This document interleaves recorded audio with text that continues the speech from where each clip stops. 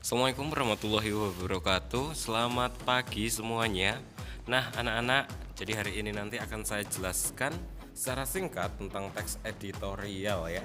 Dari video yang telah kalian perhatikan di minggu kemarin, bisa kalian simpulkan bahwa teks editorial ini adalah teks yang berupa pandangan dari redaksi surat kabar tertentu mengenai suatu hal tertentu atau masalah tertentu yang sedang hangat diperbincangkan oleh masyarakat. Misalnya hal yang sedang hangat diperbincangkan hari ini tentang new normal ataupun COVID-19. Nah, biasanya itu akan diulas dalam bentuk teks editorial. Bentuk teks editorial dalam surat kabar ada dua, misalnya ada tajuk rencana dan pojok redaksi ya. Kita lanjutkan.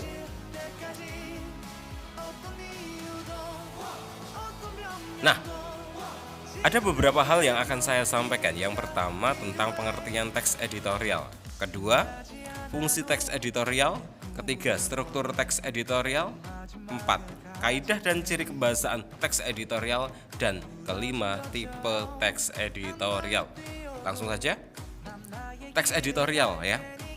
Teks yang berisi ya tentang argumen yang ditulis oleh redaktur ya, bisa kalian lihat di situ, redaktur media massa atau surat kabar yang bersifat faktual dan aktual. Jadi hal yang dibahas itu adalah masalah-masalah yang aktual dan faktual. Dalam KBBI, teks editorial merupakan artikel atau majalah yang mengungkapkan pendirian editor atau pemimpin surat kabar atau majalah ya. Jadi sudah jelas itulah pengertian teks editorial. Kita lanjutkan. Fungsi teks editorial sebagai pandangan ya dari pimpinan surat kabar tertentu, ada beberapa fungsi teks editorial. Yang pertama, satu, menunjukkan solidaritas atau kepedulian kepada masyarakat. Dua, menjelaskan kepada masyarakat mengenai peristiwa tertentu dengan detail. Kemudian dalam teks editorial pasti disampaikan dalam beberapa kalimat ya. Biasanya kalimat fakta dan opini. Pastinya kalian sudah paham dan bisa membedakan perbedaan kedua hal kalimat ini. Nah, fakta biasanya ini adalah kalimat yang benar-benar terjadi, biasanya ditandai oleh angka berkaitan dengan waktu, tempat, dan tanggal peristiwa tertentu. Kemudian yang kedua, opini ya. Kalau opini ini kalimatnya masih belum terjadi, berupa pendapat, subjektivitas, biasanya ada kata-kata yang masih belum pasti, misalnya mungkin, kira-kira, diperkirakan, seperti itu. Jadi kata-kata yang masih berupa perkiraan, belum pasti. Kita lanjutkan. Ini jenis opini. Nah, contoh kalimat fakta dan opini dalam teks editorial atau tajuk rencana seperti ini. Nah, fakta misalnya yang bergaris hitam.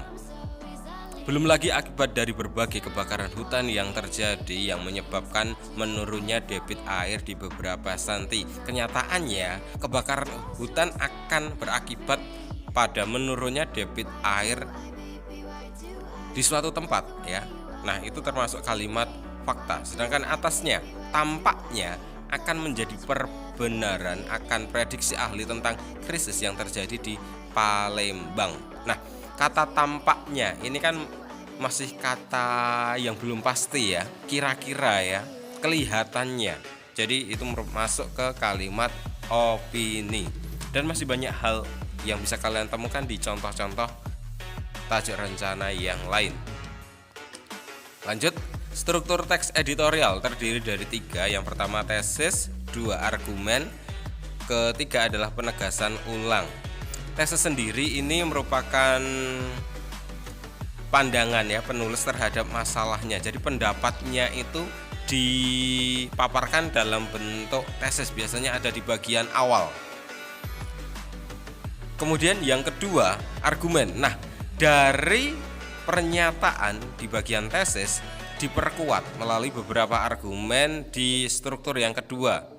Biasanya dalam struktur ini akan berisi pernyataan umum, data hasil penelitian, atau pernyataan para ahli untuk memperkuat pernyataan di tesis. Kemudian bagian yang ketiga adalah penegasan ulang. Setelah alasan, argumen yang telah dipaparkan di paragraf sebelumnya akhirnya ditegaskan kembali di struktur yang ketiga, yaitu penegasan ulang. Di sini berupa penguatan kembali atas pendapat yang telah dipaparkan di argumen. Contohnya seperti apa? Kita lihat di contohnya.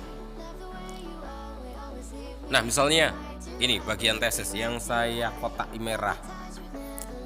Kita berharap semua rencana dan strategi pelaksanaan hajatan politik di musim pandemi ini akan berjalan dengan baik. Semoga segala keterbatasan yang melingkupinya tidak akan mengurangi kualitas hasil dari proses demokrasi ini. Sudah jelas dari paragraf itu berupa pendapat dan harapan akan proses pilkada yang dilakukan dalam masa pandemi seperti ini. Harapannya pasti baik-baik semua ya. Harapannya pasti baik-baik. Cuma apakah tidak ada tantangannya? Pasti ada tantangannya. Maka dari itu masalah-masalah, tantangan-tantangan itu dijelaskan dalam bentuk argumen. Nah, misalnya seperti ini. Ini adalah salah satu contoh alasan. Keadaan ini memang jauh dari ideal. Artinya keadaan pandemi seperti ini jauh dari kata ideal untuk melaksanakan pilkada. Apalagi perhelatan politik yang lazimnya melibatkan massa yang banyak. Ya. Padahal kita kalau berkumpul itu kan tidak boleh dalam masa pandemi ini. Makanya ini dijadikan sebagai alasan. Kemudian kampanye dalam pilkada dalam bentuk berbagai bentuk menjadi kegiatan yang sangat penting. Tapi berkumpul aja nggak boleh, apalagi kampanye seperti itu. Itu adalah beberapa argumen-argumen penghambat dalam proses pilkada di masa pandemi. Kemudian dari berbagai argumen yang telah dijelaskan, ditegaskan kembali dalam bentuk penegasan ulang anak-anak. Seperti yang saya contohkan di layar kalian, kita berharap semua rencana dan strategi pelaksanaan hajatan politik di musim pandemi ini akan berjalan dengan baik. Artinya dari masalah-masalah yang ada, kemudian dijelaskan baik buruknya jika pilkada dijalankan di masa pandemi, kemudian solusi-solusi yang ditawarkan dalam argumen, bagian argumen akhirnya disimpulkan dalam bentuk penegasan ulang seperti di contoh berikut ya, di dalam kotak merah ini. Ambil hikmahnya saja, dalam pandemi ini telah memberikan begitu banyak pelajaran dalam segala aspek. Nah, ini adalah simpulan penegasan ulang dari judul tajuk rencana pandemi pilkada dalam pandemi, ya kan. Kita lanjutkan. Kaidah dan ciri kebahasaan teks editorial. Yang pertama, biasanya berisi opini, jelas ya, berupa pandangan pasti opini. Nah, ada beberapa contoh yang biasanya kata-kata yang digunakan, misalnya mungkin, sebaiknya, diperkirakan. Ini adalah beberapa contoh kata yang digunakan dalam bentuk opini. Kedua, dilengkapi fakta untuk memperkuat argumentasi, jelas ya tadi di bagian struktur yang kedua, argumentasi. Kemudian yang ketiga, menggunakan bahasa yang mempengaruhi, berusaha untuk mengajak, berusaha memberikan argumen untuk memperkuat pendapatnya bahwa pilkada yang dilakukan dalam pandemi ini akan menimbulkan banyak atau lonjakan, misalnya korban yang terkena COVID-19, misalnya seperti itu. Kemudian yang keempat, menggunakan kalimat efektif ya.